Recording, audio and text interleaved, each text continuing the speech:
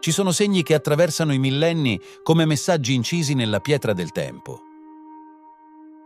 Li trovi scolpiti nei templi egizi, dipinti sui muri di antiche città sumeriche, nascosti tra le geometrie delle cattedrali medievali e persino nei loghi di istituzioni moderne. Sono i simboli dell'esoterismo più antico e delle società segrete più potenti. L'Ankh, la pigna, il disco alato, il serpente e il sigillo di Baphomet, figure misteriose, ricche di significati contrapposti, capaci di rappresentare tanto la luce della conoscenza quanto l'ombra del controllo occulto. Ma cosa li unisce davvero? Perché li ritroviamo in culture separate da oceani e millenni? E soprattutto, chi li ha portati fin qui? Molti studiosi indipendenti e ricercatori di archeologia proibita puntano il dito sugli Anunnaki, antichi visitatori discesi dal cielo, descritti dalle tavolette sumere come esseri in grado di plasmare l'umanità. E se questi simboli fossero la prova silenziosa del loro passaggio?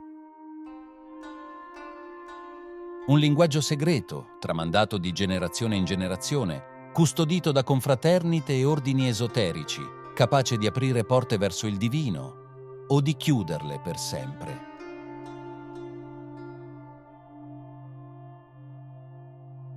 In questo viaggio scopriremo tutte le verità, anche quelle più scomode, dalle origini divine dell'Ankh alle ombre della pigna e il controllo della coscienza, dal mistero del disco alato e i suoi legami con possibili tecnologie aliene, fino al serpente come custode di conoscenza proibita e al sigillo di Baphomet, simbolo di una dualità infernale che sfida ogni dogma. Preparati, quello che stai per vedere non è un racconto per tutti, è una discesa nel cuore del simbolismo occulto, dove storia, mito e potere si intrecciano, e dove la verità non è mai solo luce o ombra.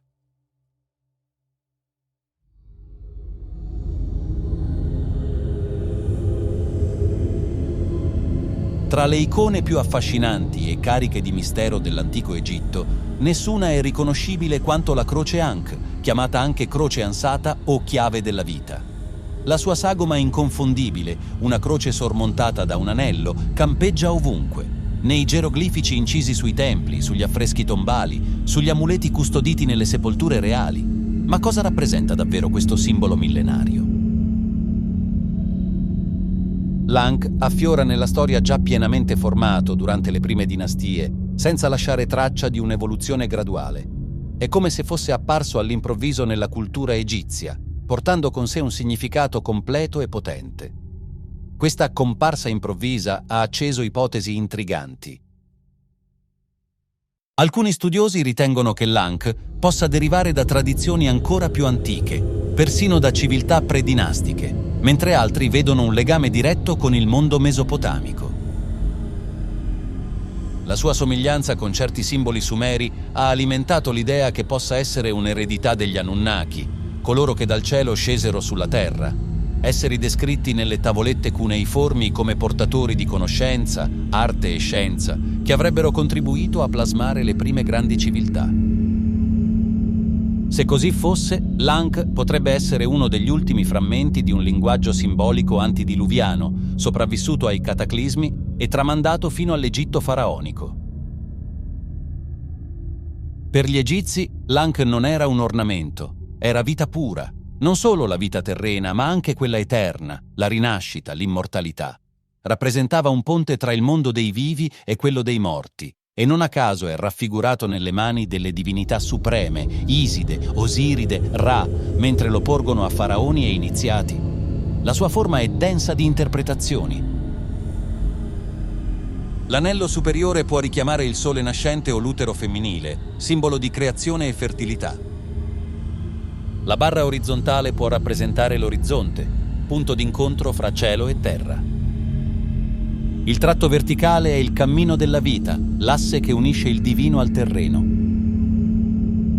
Alcuni lo interpretano come una figura umana stilizzata, con l'anello come testa e le braccia aperte in un gesto di protezione. Altri ancora vi leggono l'unione degli opposti, maschile e femminile, luce e ombra, vita e morte, in un equilibrio creativo che genera l'esistenza. Una lettura esoterica lo vede come rappresentazione dell'energia vitale stessa. L'anello è la fonte divina, la croce la manifestazione nel mondo fisico. Qui il parallelo con l'energia Kundalini è diretto, quella forza misteriosa che, secondo alcune tradizioni, riposa alla base della spina dorsale, pronta a risalire e risvegliare la coscienza. Nell'antico Egitto l'Ankh era un strumento vivo nei rituali. I sacerdoti lo usavano nelle cerimonie di purificazione e benedizione, convinti che potesse canalizzare l'energia degli dei verso i mortali. Nei papiri magici compare come elemento centrale di incantesimi per salute, protezione e longevità. Questa tradizione non è mai scomparsa. Anche oggi, nelle pratiche esoteriche moderne, dalla magia cerimoniale alla Wicca, l'Ankh è usato come talismano e strumento per canalizzare energie positive. Le luci dell'Ankh sono chiare, simbolo di speranza, protezione, rinascita spirituale, equilibrio e armonia tra i piani di esistenza. Era considerato capace di allontanare malattie, favorire la fertilità e garantire un passaggio sicuro nell'aldilà. Nelle raffigurazioni divine, il gesto del dio che tocca le labbra del faraone con l'Ankh, il cosiddetto respiro della vita, sanciva non solo il potere regale, ma anche un'investitura divina, quasi fosse la trasmissione di un codice segreto per governare con giustizia. E c'è chi ipotizza che questo respiro simboleggiasse per gli iniziati la trasmissione di conoscenze ereditate direttamente da antichi maestri, forse proprio dagli Anunnaki. Ma c'è anche l'ombra. Il suo legame con la vita e la morte lo ha reso appetibile a correnti esoteriche che ne hanno deformato il significato.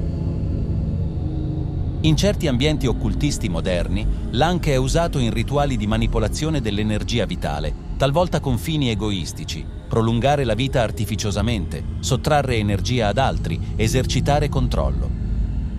In questi casi, ciò che in origine era simbolo di creazione diventa strumento di dominio. Non sorprende che l'Ankh abbia trovato posto nelle società segrete. La Chiesa copta lo ha reinterpretato come croce cristiana, segno di vita eterna in Cristo. In ambito ermetico e alchemico è simbolo di unione degli elementi e trasformazione spirituale, dal piombo all'oro. Alcuni rituali massonici, soprattutto nei gradi più alti, lo richiamano come simbolo della conoscenza preservata dai costruttori delle piramidi. Nella Golden Dawn e nei suoi derivati è una chiave per accedere ai misteri dell'antico Egitto e, secondo alcune correnti, alle scuole di sapienza preumane. Oggi l'Ankh è amato anche nella cultura popolare, ciondoli, tatuaggi, arte New Age, ma questa diffusione lo ha anche banalizzato. Molti lo vedono come un semplice portafortuna, dimenticando che è un simbolo che può racchiudere la più alta aspirazione spirituale o la più oscura manipolazione. Il suo vero potere non risiede nel metallo o nella pietra di cui è fatto, ma nell'intenzione e nella consapevolezza di chi lo brandisce. Forse è proprio questa la sua eredità più antica, ricordarci che la vita è un dono sacro e che il sapere per custodirla o dominarla potrebbe provenire da fonti ben più antiche della nostra storia ufficiale.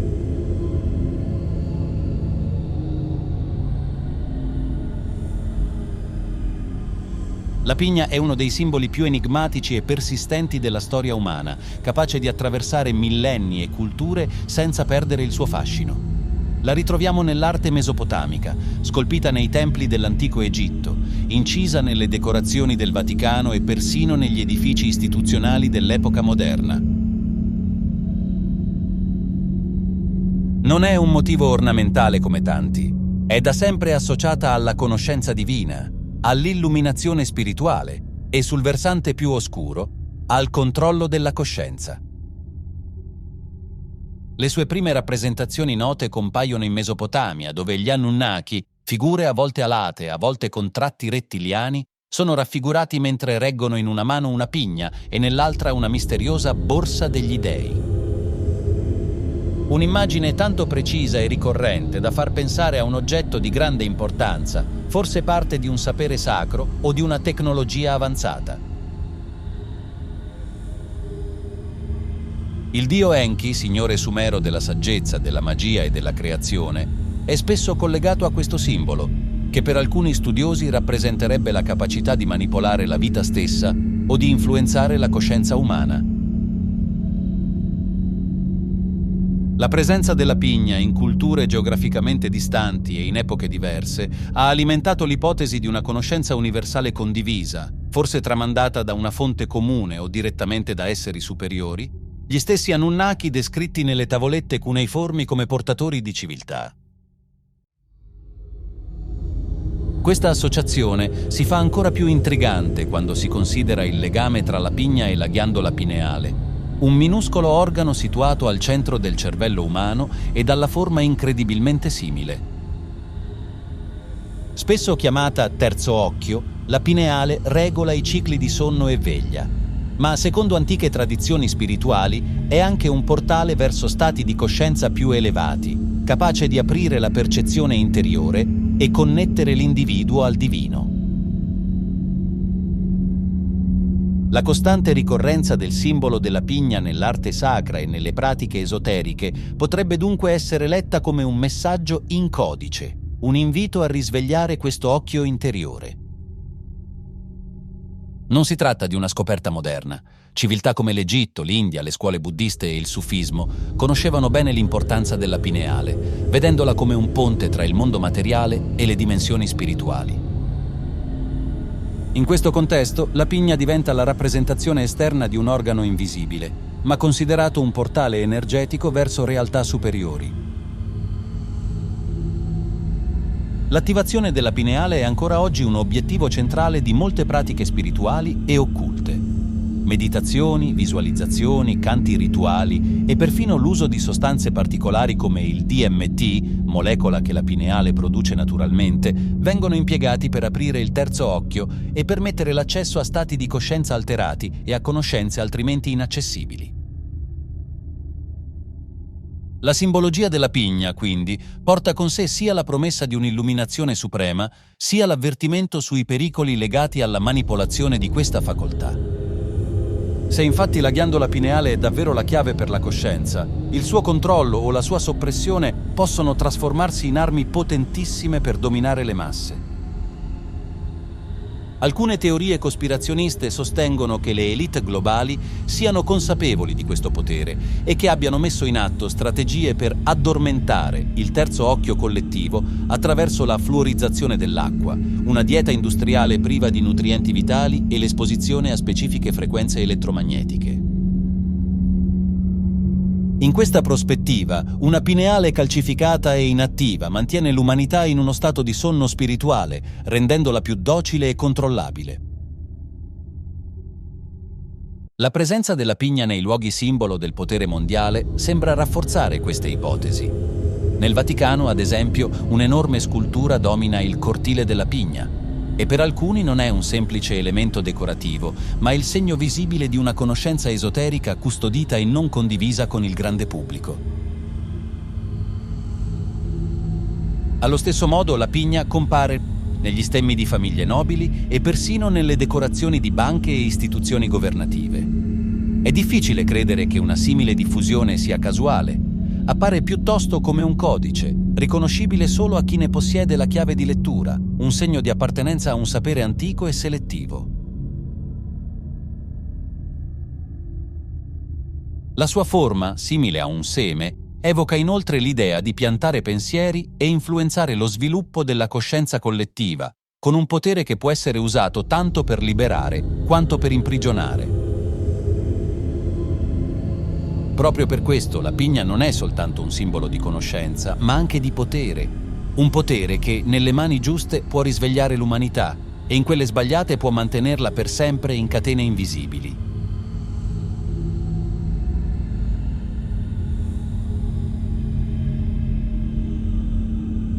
Tra tutti i simboli tramandati dalle civiltà antiche, il disco alato è uno dei più misteriosi e persistenti. La sua immagine compare in culture lontanissime tra loro. dall'antica Mesopotamia all'Egitto faraonico, dalla Persia alle civiltà precolombiane delle Americhe.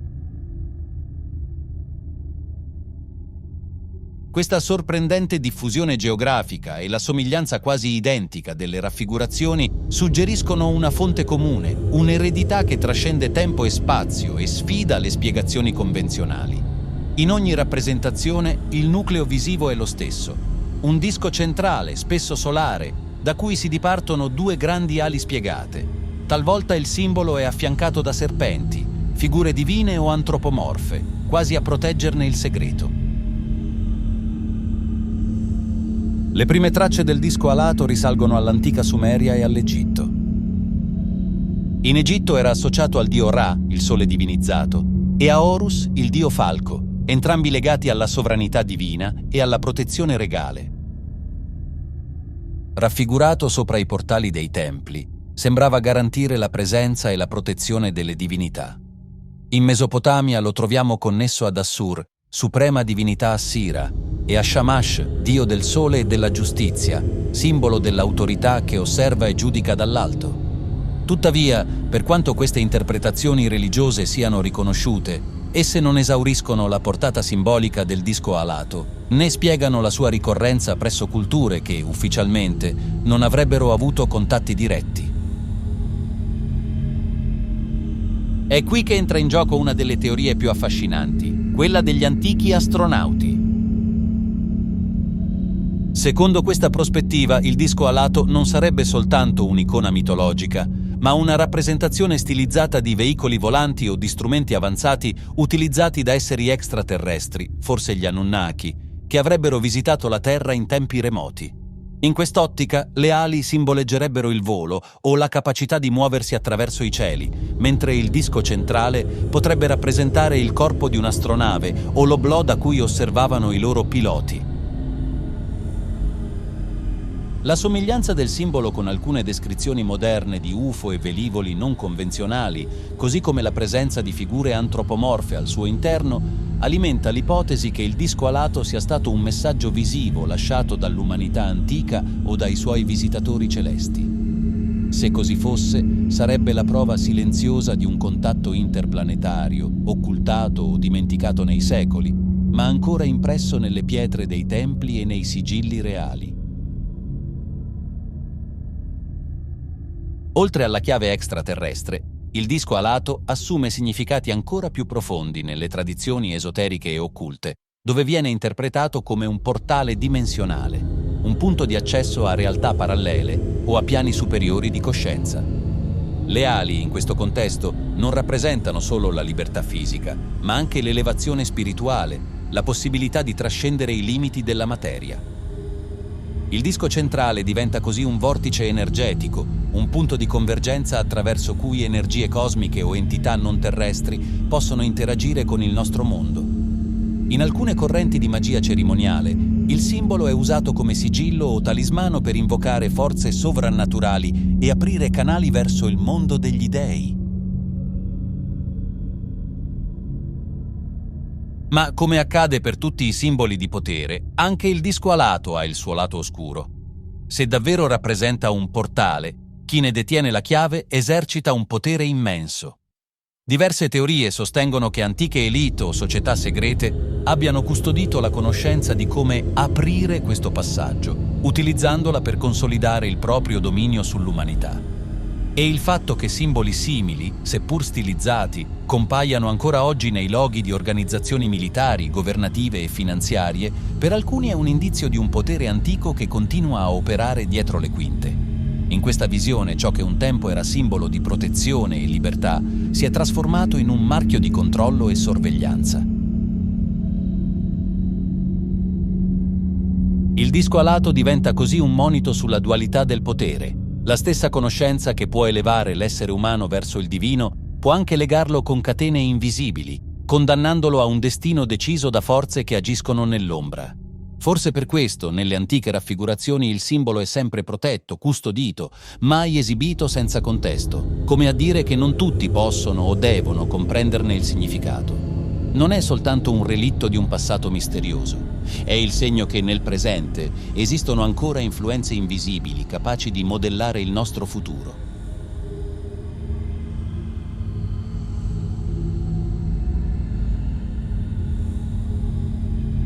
Tra tutti i simboli che hanno attraversato i millenni, il serpente è forse il più antico e universale. La sua figura appare ovunque. Nelle pitture rupestri e nei testi sacri, nei miti fondatori e nei rituali esoterici, dalla Genesi biblica al caduceo greco, dall'uroboro egizio ai naga indiani. È creatore e distruttore, guaritore e portatore di veleno, maestro di saggezza e tentatore implacabile. La sua capacità di mutare pelle lo rende emblema di rinascita e trasformazione, ma anche di cicli infiniti, di poteri primordiali che possono illuminare o annientare. Questa duplice natura lo ha reso un simbolo universale di conoscenza e di mistero, venerato e temuto in egual misura. Nella narrazione biblica del Giardino dell'Eden, il serpente è colui che offre la conoscenza proibita, spingendo l'umanità oltre l'innocenza originaria verso la consapevolezza del bene e del male. Nella lettura tradizionale è il tentatore, responsabile della caduta, ma nelle interpretazioni gnostiche e in certe correnti occulte diventa il liberatore, colui che dona la chiave della gnosi, rompendo il velo dell'ignoranza imposto da un ordine superiore. In questa prospettiva la caduta non è punizione, ma inizio del risveglio, e il serpente diventa simbolo di ribellione contro l'autorità e di emancipazione spirituale, pur al prezzo di uscire dal paradiso di un'esistenza inconsapevole. Nelle tradizioni orientali, soprattutto nell'induismo e nel tantrismo, il serpente è la Kundalini, l'energia divina arrotolata alla base della colonna vertebrale. Il suo risveglio, attraverso pratiche meditative, respiratorie e rituali, conduce l'energia a salire lungo i chakra fino alla fusione con il divino. Ma è un potere ambivalente. Se risvegliata senza preparazione, può causare squilibri fisici e mentali, aprendo porte interiori che l'individuo non è pronto a attraversare. La Kundalini è dunque un fuoco sacro che può purificare o incenerire, una via verso l'illuminazione o verso l'abisso.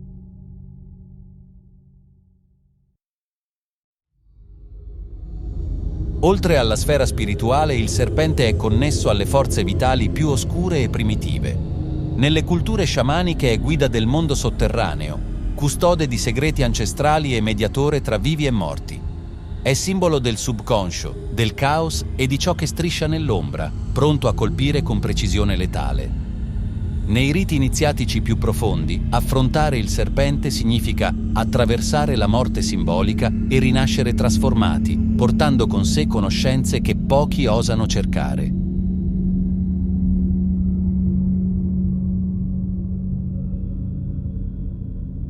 Non sorprende che il serpente sia onnipresente anche nei simboli delle società segrete.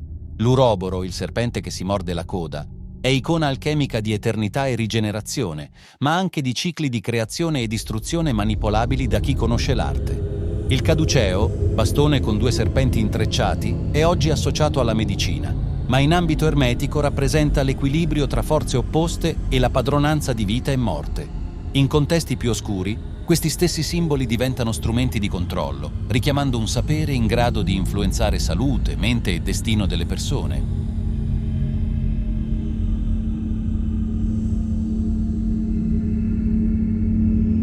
Il serpente si lega anche al culto del drago, dove assume forme alate e proporzioni gigantesche. Il drago, custode di tesori e di conoscenze proibite, è figura centrale in miti che parlano di sacrifici umani e di poteri capaci di piegare le forze della natura. In certe genealogie occulte, le elite e le famiglie reali si proclamano discendenti di stirpi draconiane o rettiliane, eredi di un potere divino che giustificherebbe il loro dominio sull'umanità. In questa visione, il serpente è marchio di una stirpe di dominatori, di un sapere ancestrale custodito per mantenere il controllo spirituale e materiale delle masse.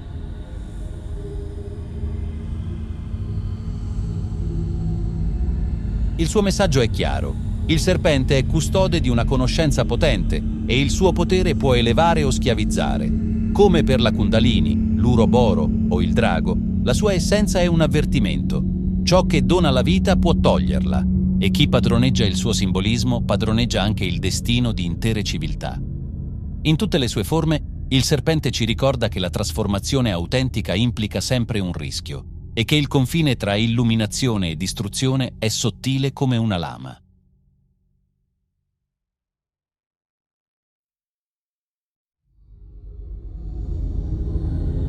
Tra i simboli più potenti e controversi dell'occultismo moderno, il sigillo di Baphomet occupa un posto unico. La sua immagine, una testa di capra inscritta in un pentagramma rovesciato circondata da caratteri ebraici, evoca immediatamente scenari di rituali proibiti, sfida alle religioni tradizionali e immersione nelle forze più oscure dell'esistenza. Ma dietro la sua fama popolare si cela un simbolo ricco di strati, capace di parlare a chiunque cerchi la conoscenza al di là delle barriere imposte, e di incarnare una dualità radicale che scuote le fondamenta stesse della coscienza.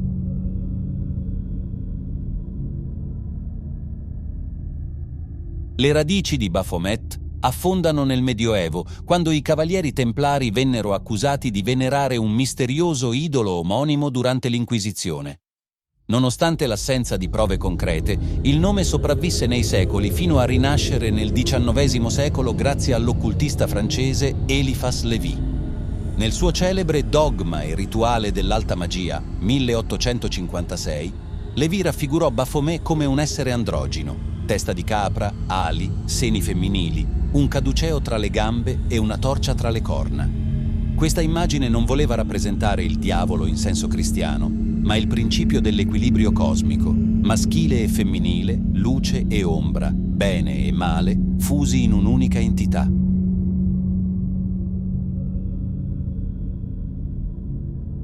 Il sigillo di Baphomet attuale, popolarizzato dalla Chiesa di Satana di Anton LaVey, nacque come reinterpretazione della figura di Lévy. Il pentagramma rovesciato, con le due punte verso l'alto, indica la supremazia della materia sullo spirito e, in chiave esoterica, la discesa dello spirito nella materia per essere trasformato. La testa di capra, associata al capro di Mendes, simboleggia la vitalità primordiale, l'istinto, la sessualità e la ribellione contro la morale imposta. Attorno al pentagramma, i caratteri ebraici compongono il nome Leviathan, il mostro marino biblico, richiamando il legame con le forze sotterranee e con un potere che sfida apertamente l'ordine divino.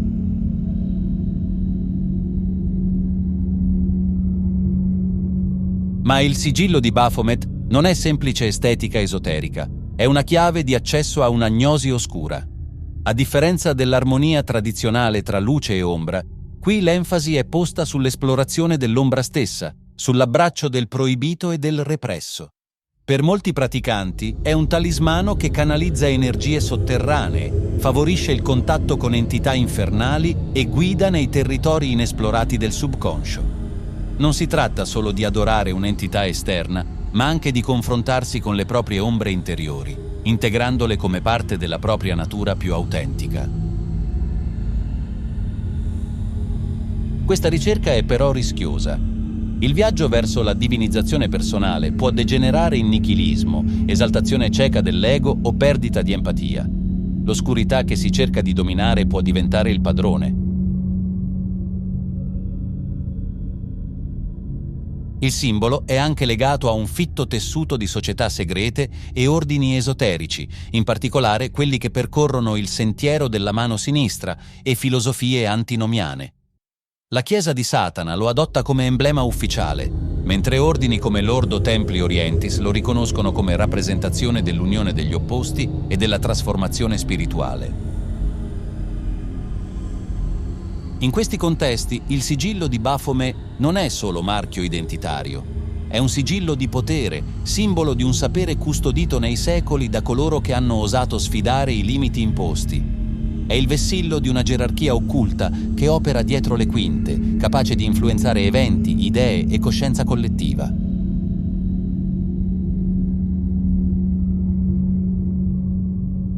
Come ogni simbolo potente, Baphomet è un avvertimento. Le forze che possono liberare possono anche distruggere. La sua immagine, allo stesso tempo affascinante e inquietante, continua a sfidare le nostre certezze e a ricordarci che la verità, quella più profonda e scomoda, si trova spesso nei luoghi che la società teme e nelle forme che essa condanna.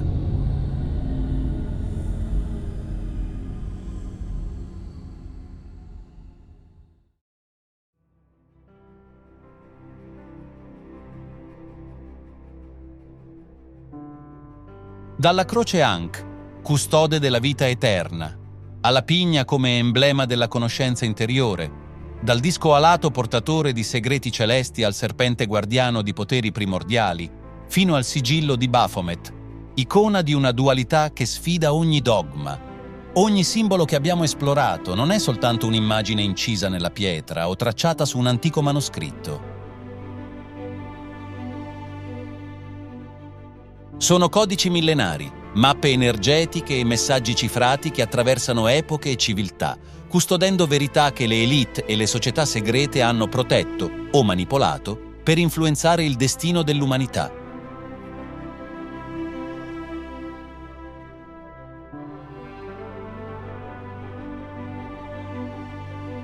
Ognuno di questi simboli rappresenta una porta, verso l'autoconoscenza, verso il potere spirituale, ma anche verso i pericoli di un sapere malgestito o strumentalizzato.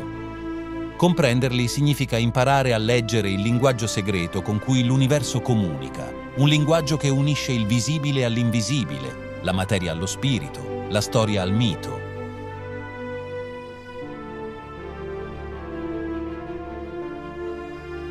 Il loro fascino risiede proprio nella dualità, luce e ombra, creazione e distruzione, liberazione e controllo.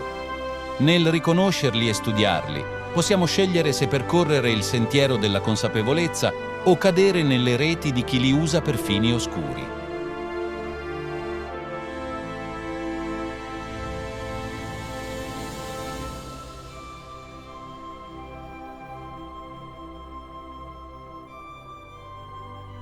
Forse il vero potere di questi simboli non sta solo nel loro significato originario, ma nel modo in cui continuano a risuonare oggi, spingendoci a porci domande che la storia ufficiale non osa affrontare. Domande sull'origine della conoscenza, sul ruolo di antiche civiltà e sulla possibilità che in un passato remoto l'umanità abbia avuto contatti con forze non terrestri.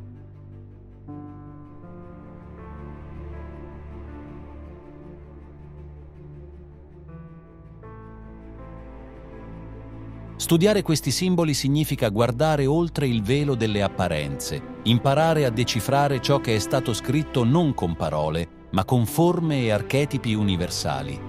È un viaggio che non finisce qui. Ogni simbolo è una chiave e ogni chiave apre una nuova porta del mistero.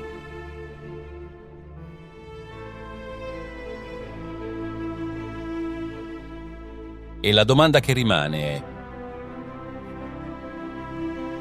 abbiamo il coraggio di varcarla?